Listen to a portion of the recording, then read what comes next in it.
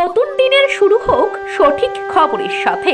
সকালের প্রতিটি মুহূর্ত থাকুক তথ্য বিশ্লেষণ আর বিশ্বাসযোগ্য সংবাদ। এশিয়ান টাইমসের নতুন অনুষ্ঠান প্রভাতী দৈনিক। নমস্কার, এশিয়ান টাইমস টিভির পর্দায় প্রভাতী দৈনিক অনুষ্ঠানে আপনাদের প্রত্যেককে স্বাগত। আপনাদের সাথে রয়েছি আমি মন্দিরা।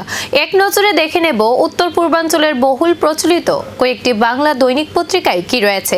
প্রথমে দেখে নেব দৈনিক সংগ্রাম পত্রিকার প্রথম পাতায় কি রয়েছে। চলুন এক নজরে দেখে নেওয়া যাক দৈনিক সংগ্রাম পত্রিকার প্রথম পাতায় কি রয়েছে। রাজ্যে বিজেপির পারফরম্যান্স নিয়ে উদ্বেগ, আজ দিল্লি যাচ্ছেন মুখ্যমন্ত্রী।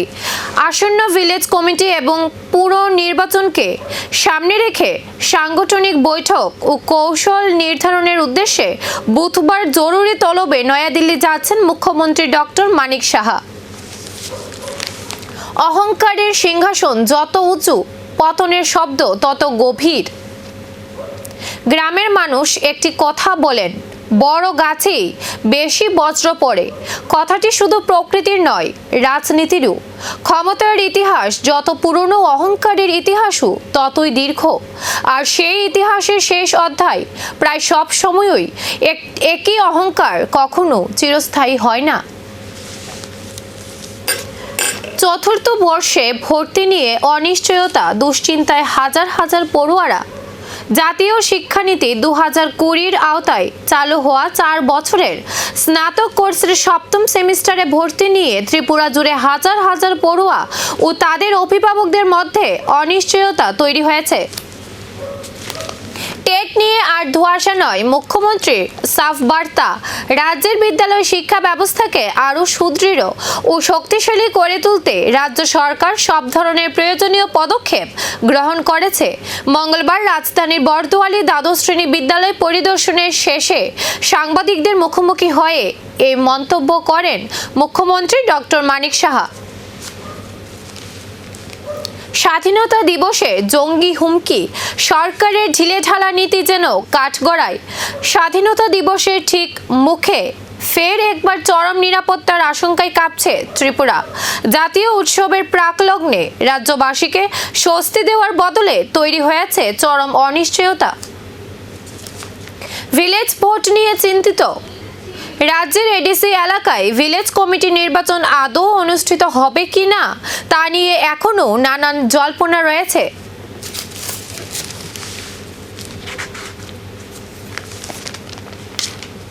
এখন দেখে নেব দৈনিক সংবাদ পত্রিকার প্রথম পাতায় কি রয়েছে। পরাজয়ের ছায়া এনডিএ বৈঠকে, তবু অস্বস্তি ঢাকতে ব্যস্ত বিজেপি। এনডিএ জোটের বৈঠক প্রত্যেক সপ্তাহেই হয় সংসদ ভবনে। মঙ্গলবারও যথারীতি হলো। মাত্র 24 ঘন্টা আগেই যে দেশের 3 প্রান্তের 3 রাজ্য থেকে দুঃসংবাদ এসেছে তার কোনো অভিঘাত আপাতভাবে পড়তে দেখা গেল না এই বৈঠকে। মিডিয়ার সামনে শেখ হাসিনা, দিল্লির ব্যাখ্যা চাইল ঢাকা। বাংলাদেশের ক্ষমতাচ্যুত প্রধানমন্ত্রী শেখ হাসিনা বর্তমানে ভারতে আশ্রিত রয়েছেন, কিন্তু প্রায় 2 বছর হতে চলল তিনি এখনো প্রকাশ্যে আসেননি। আকাশ ছোঁয়া বিদ্যুৎ বিল মেলাঘরে, ক্ষোভের মুখে নিগম মন্ত্রীর সমালোচনা। বিদ্যুতের প্রিপেইড রিচার্জ করাতে গিয়ে মেলাঘর বিদ্যুৎ সাব ডিভিশন অফিসে এক রাশ ক্ষোভ উগরে দিয়ে বিক্ষোভ দেখালেন বিদ্যুৎ গ্রাহকরা। ক্যাব বুকিং চালুর অনুমতি দিল অথরিটি। অবশেষে এমবিবি আগরতলা বিমানবন্দরে যাত্রী পরিবহন ব্যবস্থায় ক্যাব বুকিং তথা অনলাইনে 3 হুইলার অটো এবং 4 হুইলার গাড়ি পরিষেবা চালু হচ্ছে।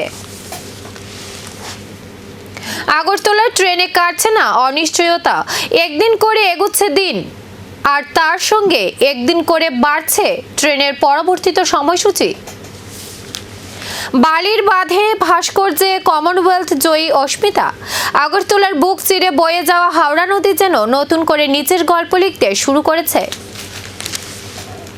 ডাবল ইঞ্জিন সরকারের নির্দয়তা, 4 মাস ধরে বেতনহীন মিলছে না জ্বালানি বরাদ্দ। ডাবল ইঞ্জিন সরকারের নির্দয়তার শিকার রাজ্যের বিদ্যালয়গুলিতে মিড ডে মিলের রান্নার কাজে নিযুক্ত 20,000-এর বেশি কুক কাম হেল্পাররা। এখন দেখে নেব প্রতিবাদী কলম পত্রিকার প্রথম পাতায় কি রয়েছে। চলুন এক নজরে দেখে নেওয়া যাক প্রতিবাদী কলম পত্রিকার প্রথম পাতায় কি রয়েছে। বিজেপির মুখে কংগ্রেসের নাম, আড়ালে বাড়ছে মুখ টিপে হাসি।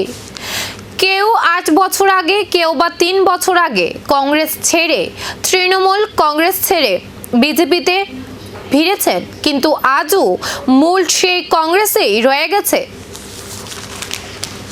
সকালে বাবার স্মৃতিসৌধ, রাতে ফটোতে প্রণাম।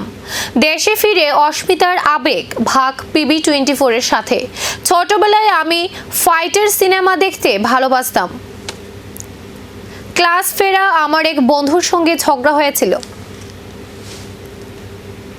দেশে ফিরেছেন অস্মিতা দে। দিল্লির আন্তর্জাতিক বিমানবন্দর থেকে যখন বাইরে বেরিয়ে এলেন, উচ্ছ্বাস যেন নতুন করে সংজ্ঞা পেল। ঋষ্যমুখী কর্মহীন ব্লক, ভোগান্তিতে মানুষ। একদিকে উন্নয়নের ঢাকঢোল, অন্যদিকে বাস্তবে সরকারি দপ্তরে বছরের পর বছর শূন্য পদের পাহাড়। চাকরি যাওয়ার আশঙ্কায় 70 আইনজীবীর। চাকরি চলে যাওয়ার আশঙ্কা তৈরি হয়েছে রাজ্যের বিভিন্ন আদালতের সঙ্গে যুক্ত 70 জন আইনজীবীর। তাদের সঙ্গে নিরাপদ নয় আইনসেবা কর্তৃপক্ষের মাধ্যমে নিযুক্ত অন্তত 30 জন কর্মীর। উইমেন্স কলেজে ইংরেজি বিভাগ অচল, শিক্ষকহীন। ত্রিপুরা ডবল ইঞ্জিনের সরকারের একদিকে নতুন নতুন কোর্স চালুর ঘোষণা, উচ্চশিক্ষার উন্নয়নে ঢাকঢোল ডিজিটাল ক্যাম্পাস, গুণগত শিক্ষার প্রচার। অন্যদিকে রাজধানী আগরতলার অন্যতম ঐতিহ্যবাহী উইমেন্স কলেজের ইংরেজি বিভাগে এখনো স্থায়ী শিক্ষক নেই। এখন দেখে নেব সন্ধান পত্রিকার প্রথম পাতায় কি রয়েছে। রাজ্যের কাজিয়া দিল্লিতে স্থানান্তরিত, বৈঠকে যাচ্ছেন রাজ্য ভাজপা নেতৃত্ব। রাজ্যে বিজেপির অন্দরে গোষ্ঠীদ্বন্দ্ব ক্রমশ প্রকাশ্যে চলে আসছে। নরসিংগড় স্টেডিয়াম নির্মাণে দুর্নীতি কাঠগড়ায় টিএসএ, তদন্ত চান জিতেন্দ্র। আগরতলা নরসিংগড়ে নির্মীয়মান ত্রিপুরা তথা উত্তর পূর্ব ভারতের অন্যতম উচ্চাকাঙ্ক্ষী আন্তর্জাতিক ক্রিকেট স্টেডিয়াম প্রকল্পটিকে ঘিরে এক বিশাল আর্থিক অনিয়ম ও দুর্নীতির বিস্ফোরণ অভিযোগ তুললেন রাজ্য বিধানসভার বিরোধী দলনেতা তথা CPIM রাজ্য সম্পাদক জিতেন্দ্র চৌধুরী। টেট যোগ্যতায় পরীক্ষা চাকরির গ্যারান্টি নয়। ত্রিপুরার মুখ্যমন্ত্রী ডক্টর মানিক সাহা আবারও জানিয়ে দিলেন, টিচার্স এলিজিবিলিটি টেস্ট টেট নিয়মিত হবে, কিন্তু শিক্ষক নিয়োগ হবে শুধুমাত্র শূন্যপদ ও সরকারের আর্থিক সামর্থ্য বিবেচনা করে ধাপে ধাপে। চাকরি প্রার্থীদের টাকা লুটছে সফেদ। দীর্ঘ সময় ধরে রাজ্যের আউটসোর্সিং নিয়োগ প্রক্রিয়ায় বড়সড় জালিয়াতি এবং পরীক্ষার্থীদের সাথে প্রতারণার অভিযোগ রয়েছে। ডিজিটাল সুশাসনের আলোয় জ্বলজ্বলে প্রাক্তন। একদিকে প্রতিদিন ডিজিটাল গভর্নেন্স, স্বচ্ছ প্রশাসন এবং তথ্য প্রযুক্তি নির্ভর সুশাসনের জয়গান, অন্যদিকে রাজ্যের পূর্ত দপ্তরের সদন ইউজার ম্যানুয়ালে এখনো অতীতের ছবি যেন সময়কে থমিয়ে রেখেছে। এখন দেখে নেব দৈনিক গণদূত পত্রিকার প্রথম পাতায় কি রয়েছে।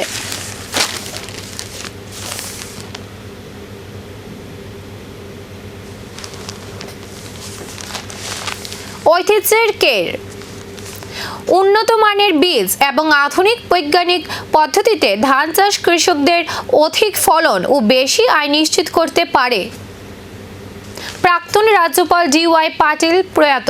ত্রিপুরার প্রাক্তন রাজ্যপাল, বিশিষ্ট শিক্ষাবিদ এবং পদ্মশ্রী সম্মানপ্রাপ্ত ডক্টর জ্ঞানদেব যশবন্তরাও DY পাটিলের মঙ্গলবার সকালে মহারাষ্ট্রের কোলাহাপুরের কাসবা বাওয়ার নিজ বাসভবনে প্রয়াত হয়েছে।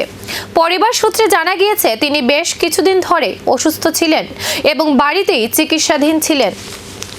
লক্ষ্য পৌর ও নগর ভোট উন্নয়ন কর্মকাণ্ড রূপায়ণে প্রশাসনের শীর্ষে তৎপরতা।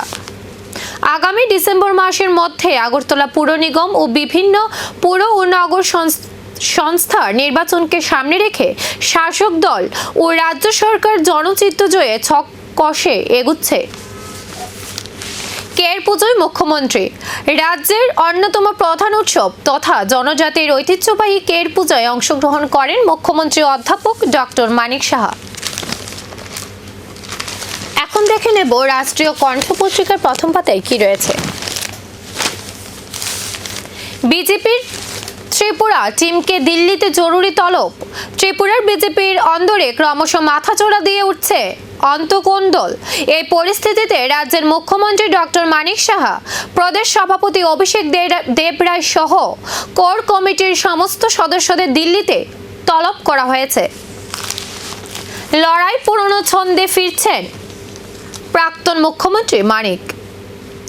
৭৫ বছর বয়সী মানিক সরকার এখনো তরুণে ভরপুর, এখনো মুখ্যমন্ত্রিত্ব সামলানোর ক্ষমতা রাখেন। কেরালায় ৮০ ঊর্ধ্ব বিজয়ন যদি মুখ্যমন্ত্রীর চেয়ার আগলে রাখতে পারেন, তাহলে মানিক সরকার কেন ফের মুখ্যমন্ত্রী হতে পারবেন না? স্কুলের মান উন্নয়নে শিক্ষকদের গুরুত্বপূর্ণ ভূমিকা নিতে আহ্বান মুখ্যমন্ত্রীর। মুখ্যমন্ত্রী প্রফেসর ডক্টর মানিক সাহা বলেছেন, রাজ্যের সরকারি ও সরকারি সাহায্যপ্রাপ্ত স্কুলগুলোতে সার্বিক শিক্ষার পরিবেশ উন্নত করা এবং স্কুল শিক্ষা ব্যবস্থাকে আরও জোরদার করতে রাজ্য সরকার বেশ কিছু পদক্ষেপ গ্রহণ করেছে। এখন দেখে নেব আজকের ফরিয়াদ পত্রিকার প্রথম পাতায় কি রয়েছে। মুখ্যমন্ত্রীর বান্ধবীকে কটূক্তি করে গ্রেফতার প্রাক্তন মুখ্যমন্ত্রীর পুত্র। মুখ্যমন্ত্রী বিজয়ের বান্ধবীকে কটূক্তি করে গ্রেফতার উদয়নিধি স্ট্যালিন মুক্তির নির্দেশ দিল হাইকোর্ট। কাবেরী নদীর জল বন্টন ইস্যু গিয়ে গড়ালো বিরোধী দলনেতার গ্রেফতারের ঘটনায়। অধিকৃত কাশ্মীরের হিংসা নির্বাচন নিয়ে চাপ সৃষ্টি ভারতের। অধিকৃত কাশ্মীরের নির্বাচন নিয়ে পাকিস্তানকে তুলোধনা করল ভারত। চিকিৎসককে স্যার বলে ডাকেনি আব্দুলকে পরিষেবা দিলেন না ডাক্তারবাবু। ডাক্তারবাবুকে স্যার বলে সম্বোধন করেননি, তাই পরিষেবা থেকে বঞ্চিত হয়ে গেলেন ধর্মনগর প্রত্যন্তের রোগী আব্দুল হোসেন। অভিযুক্তদের আড়ালে খোদ কৃষিকর্তা। মুখ্যমন্ত্রীর কাছে লিখিত অভিযোগ। টেপানিয়া এগ্রি সাব ডিভিশনে কৃষি যন্ত্রপাতি বন্টনকে ঘিরে কয়েক কোটি টাকার দুর্নীতির অভিযোগ সামনে আসার পর এবার প্রশ্নের মুখে পড়েছে কৃষি দপ্তরের অভ্যন্তরীণ নজরদারি ব্যবস্থা।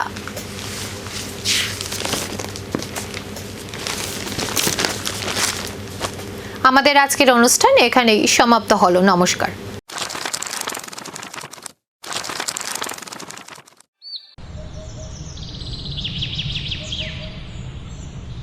নতুন দিনের শুরু হোক সঠিক খবরের সাথে। সকালের প্রতিটি মুহূর্ত থাকুক তথ্য বিশ্লেষণ আর বিশ্বাসযোগ্য সংবাদ। এশিয়ান টাইমসের নতুন অনুষ্ঠান প্রভাতী দৈনিক।